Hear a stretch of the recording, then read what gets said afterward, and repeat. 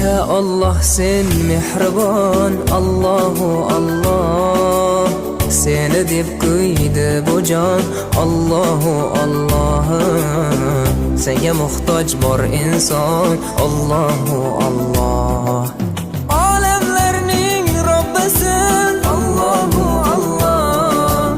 Mu'minlarning panohi, Allahu Allah. Yuragimning sultoni, Allahu Allah.